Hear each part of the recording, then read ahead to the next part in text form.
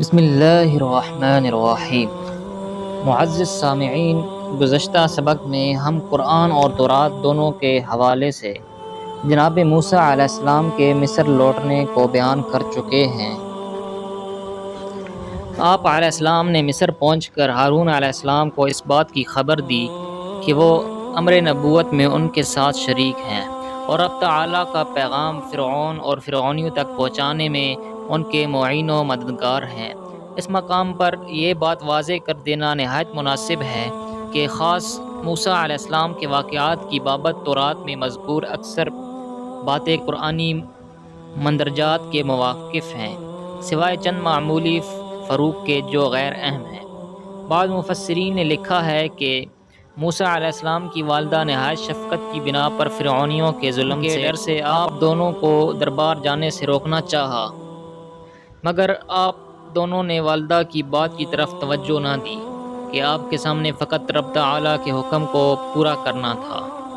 اب آگے بعض مفسرین کہتے ہیں کہ آپ دونوں محض اجازت لے کر دربار جا پہنچے، جبکہ بعض کہتے ہیں کہ آپ دونوں 2 سال تک فرعون کے محل کا چکر لگاتے رہے اور آپ کو داخل ہونے کی اجازت نہ ملی، حتیٰ کہ فرعون کے ایک خاص خادم نے جا کر اس بات کی اطلاع دی کہ 2 سال سے ایک دیوانہ آدمی محل کا چکر لگا رہا ہے، جو اس بات کا مدعی ہے کہ اس کا معبود فرعون نہیں بلکہ کوئی اور ہے۔ اس بات نے فرعون کے جذبات کو آگ لگائی اور اس نے جناب موسیٰ اور ہارون علیہ السلام کو دربار میں طلب کر لیا۔ قرآن کریم ان تفصیلات سے کوئی تعارض نہیں کرتا، وہ فقط اصولی اور اساسی بات بیان کرتا ہے کہ سیدنا موسیٰ و ہارون علیہ السلام نے دربار میں جا کر اس سے رب تعالیٰ کا یہ پیغام پہنچا دیا کہ وہ بنی اسرائیل کو ان کے ساتھ جانے دے تاکہ وہ اپنے پروردگار کی عبادت کر سکیں۔ تورات میں یہ جملہ بھی منقول ہے کہ آپ علیہ السلام نے فرمایا میری قوم کو صحرا میں لوٹ جانے دو۔ پھر آپ علیہ السلام نے فرعون کو رب تعالیٰ کی طرف سے حق کی دعوت دی کہ میں نے خدا کا پیغام پہنچانے میں حق کے سوا کچھ نہیں کہا، اور خدا نے مجھے تمہارے پاس اپنی جانب سے ایک نشانی دے کر بھیجا ہے تاکہ تم بنی اسرائیل کو میرے ساتھ جانے دو۔ یہ سن کر فرعون نے آپ پر کئی اپنے متعدد احسانات گنوا دیے۔ ان سب کے جواب میں آپ علیہ السلام نے فرعون کے سامنے ان کے احسانات کو تسلیم کرنے کے بعد یہ ارشاد فرمایا کہ پھر کیا یہ طریقہ عدل و انصاف کا طریقہ ہوگا کہ مجھے ایک اسرائیلی کی پرورش کا نتیجہ یہ ٹھہرے کہ تو سب بنی اسرائیل کو اپنا غلام بنا لے۔ ارشاد باری تعالیٰ ہے سورہ شعراء، اور کیا یہی احسان ہے جو تو مجھ پر رکھتا ہے؟ کیا یہ ایسا احسان ہے کہ اس کے بدلے میں تو سارے بنی اسرائیل کو غلام بنائے رکھے؟ غرض جب سیدنا موسیٰ علیہ السلام نے دربار میں پہنچ کر ہارون علیہ السلام کے واسطے سے فرعون سے گفتگو کی تو اس کے جواب میں فرعون نے طنز کرتے ہوئے کہا کہ تو ہم میں مدتوں رہا سہا، ہماری پرورش میں تربیت پائی۔ ان احسانات کا تقاضا تو یہ تھا کہ تم ہر اس بات سے کوسوں دور رہتے جس سے ہمیں کسی بھی قسم کی رنجیدگی اور ناگواری ہو، اور انہیں ان کے معروف و مألوف عقیدہ کے خلاف کوئی بات نہ کرتے، اور وہ عقیدہ فرعون کو رب مان کر اس کی عبادت کرنے کا، بلکہ تمہیں تو سب سے آگے بڑھ کر فرعون کی عبادت کرنی چاہیے تھی۔ اس کے بعد فرعون نے قبطی کے قتل کا تذکرہ کیا کہ کیسے تم اس کو قتل کر کے دار و گیر کے خوف سے بھاگ گئے۔ اب جو پہلے سے ہمارا گنہگار اور مطلوب ہو، اسے کب یہ بات زیبا دیتی ہے کہ وہ اپنے پہلے گناہ سے بھی بڑا گناہ کرنے چلے، اور وہ بڑا گناہ تھا لوگوں کو بتوں کی پرستش چھوڑ دینے اور فرعون کو خدا ماننے سے انکار کرنے پر آمادہ کرنا، اور انہیں ایک خدا کی بلا شرکت غیر عبادت پر آمادہ کرنا۔ حضرت موسیٰ علیہ السلام نے فرعون کی ان سب باتوں کا کیا جواب دیا؟ سورہ شعراء ترجمہ۔ اس نے کہا، کیا ہم نے تجھے اپنے اندر اس حال میں نہیں پالا کہ تو بچہ تھا اور تو ہم میں اپنی عمر کے کئی سال رہا، اور تو نے اپنا وہ کام کیا جو تو نے کیا، اور تو ناشکروں میں سے ہے۔ کہا، میں نے اس وقت وہ کام اس حال میں کیا کہ میں خطا کاروں سے تھا، پھر میں تم سے بھاگ گیا۔ جب میں تم سے ڈرا تو میرے رب نے مجھے حکم عطا کیا اور مجھے رسولوں میں سے بنا دیا۔ یہ گفتگو تو ہو چکی اور آپ علیہ السلام نے اپنے آنے کا مقصد بھی بتلا دیا کہ بنی اسرائیل کو آزاد کر دو تاکہ وہ بغیر کسی رکاوٹ کے رب ذوالجلال کی عبادت کر سکیں۔ فرعون بڑا مغرور اور سرکش بادشاہ تھا۔ اس نے مصریوں کی مت ماری ہوئی تھی اور انہیں اپنی عبادت پر لگا رکھا تھا، اور خود مقصد سمجھتا بھی تھا اور باور بھی کرواتا تھا۔ اب موسیٰ علیہ السلام ایک ایسی بات کی دعوت لے کر آئے جس کو وہ کبھی بھی ٹھنڈے پیٹ ہضم نہ کر سکتا تھا، کیونکہ آپ کی دعوت فرعون کے الوہیت و معبودیت کے تصور کو چکنا چور کر رہی تھی اور اس کے قدموں تلے سے الوہیت کے تخت کو کھینچ رہی تھی۔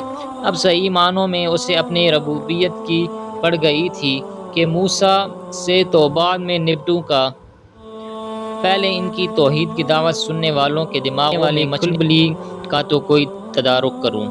چنانچہ اس نے گفتگو کا موضوع ہی تبدیل کر دیا اور ربوبیت پر گفتگو شروع کر کے اپنے تئیں اپنی خدائی بچانے کی کوشش کرنے لگا۔ چنانچہ کہنے لگا، سورہ شعراء، وَمَا رَبُّ الْعَالَمِينَ، اور رب العالمین کیا چیز ہے؟ آپ نے بڑا واضح اور دو ٹوک جواب دیا، رب السماوات والارض وما بینہما ان کنتم موقنین، جو آسمانوں اور زمین کا رب ہے اور اس کا بھی جو ان دونوں کے درمیان ہے، اگر تم یقین کرنے والے ہو۔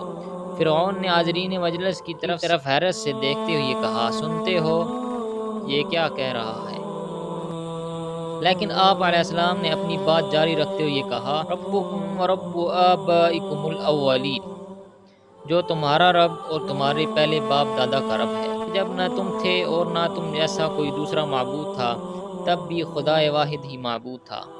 فرعون نے ضج ہو کر کہا، یقیناً تمہارا یہ پیغمبر جو تمہاری طرف بھیجا گیا ہے ضرور پاگل ہے، کیونکہ یہ ایسی بات لے کر آیا ہے جو نہ ہم جانتے ہیں اور نہ مانتے ہیں۔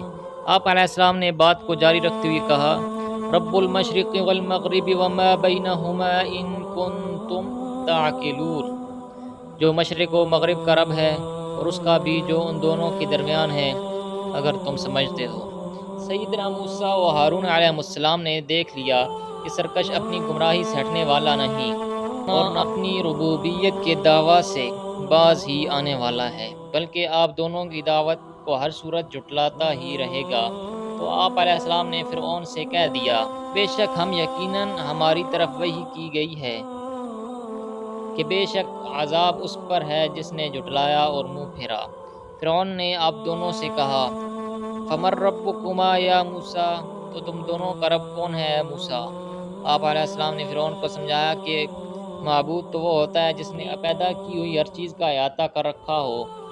اس نے انہیں عقلین و شعور اور حواس عطا کیے، زمین میں ان کے لیے بے شمار نعمتیں پیدا کی، انہیں ان نعمتوں کا وارث بنایا، ان پر تصرف کی قدرت دی، روئے زمین کے ہر جانور سے استفادہ کرنے کی صلاحیت دی، انہیں ہر چیز کا وارث بنایا، اپنی ضرورت و منافعت کے ہر چیز سے فائدہ اٹھانے کا ملکہ اور استعداد نصیب فرمائی۔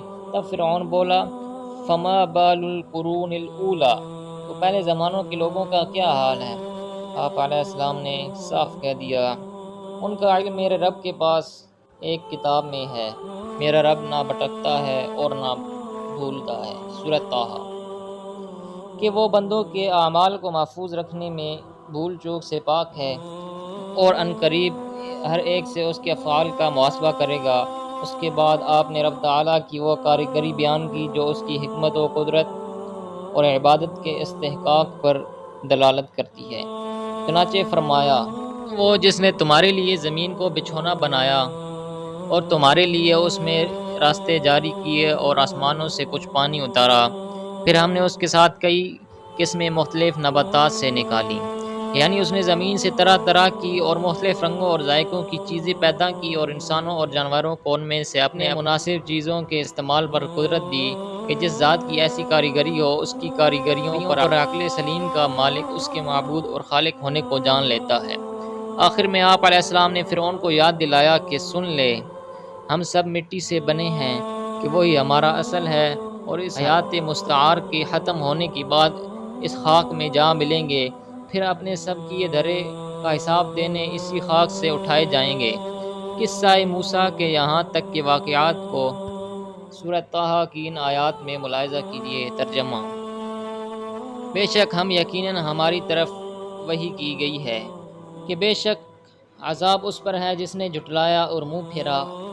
اس نے کہا، تم دونوں کا رب کون ہے اے موسیٰ؟ کہا، ہمارا رب وہ ہے جس نے ہر چیز کو اس کی شکل و صورت بخشی، پھر راستہ دکھایا۔ اس نے کہا، تو پہلے زمانوں کے لوگوں کا کیا حال ہے؟ کہا، ان کا علم میرے رب کے پاس ایک کتاب میں ہے۔ میرا رب نہ بھٹکتا ہے نہ بھولتا ہے۔ وہ جس نے تمہارے لیے زمین کو بچھونا بنایا اور تمہارے لیے اس میں سے راستے جاری کیے اور آسمان سے کچھ پانی اتارا، پھر ہم نے اس کے ساتھ کئی قسمیں مختلف نباتات سے نکالی، کھاؤ اور اپنے چوپاؤں کو چراؤ۔ بے شک اس میں عقلوں والوں کے لیے یقیناً بہت سی نشانیاں ہیں۔ اسی سے ہم نے تمہیں پیدا کیا اور اسی میں تمہیں لوٹائیں گے اور اسی سے تمہیں ایک اور باہر نکالیں گے۔ فرعون نے کہا، اور رب العالمین کیا چیز ہے؟ کہا، جو آسمانوں اور زمین کا رب ہے اور اس کا بھی جو ان دونوں کے درمیان ہے، اگر تم یقین کرنے والے ہو۔ اس نے ان لوگوں سے کہا جو اس کے ارد گرد تھے، کیا تم سنتے نہیں؟ کیا جو تمہارا رب اور تمہارے پہلے باپ دادا کا رب ہے؟ کہا، یقیناً تمہارا یہ پیغمبر جو تمہاری طرف بھیجا گیا ہے ضرور پاگل ہے۔ اس نے کہا، جو مشرق و مغرب کا رب ہے اور اس کا بھی جو ان دونوں کے درمیان ہے، اگر تم سمجھتے ہو۔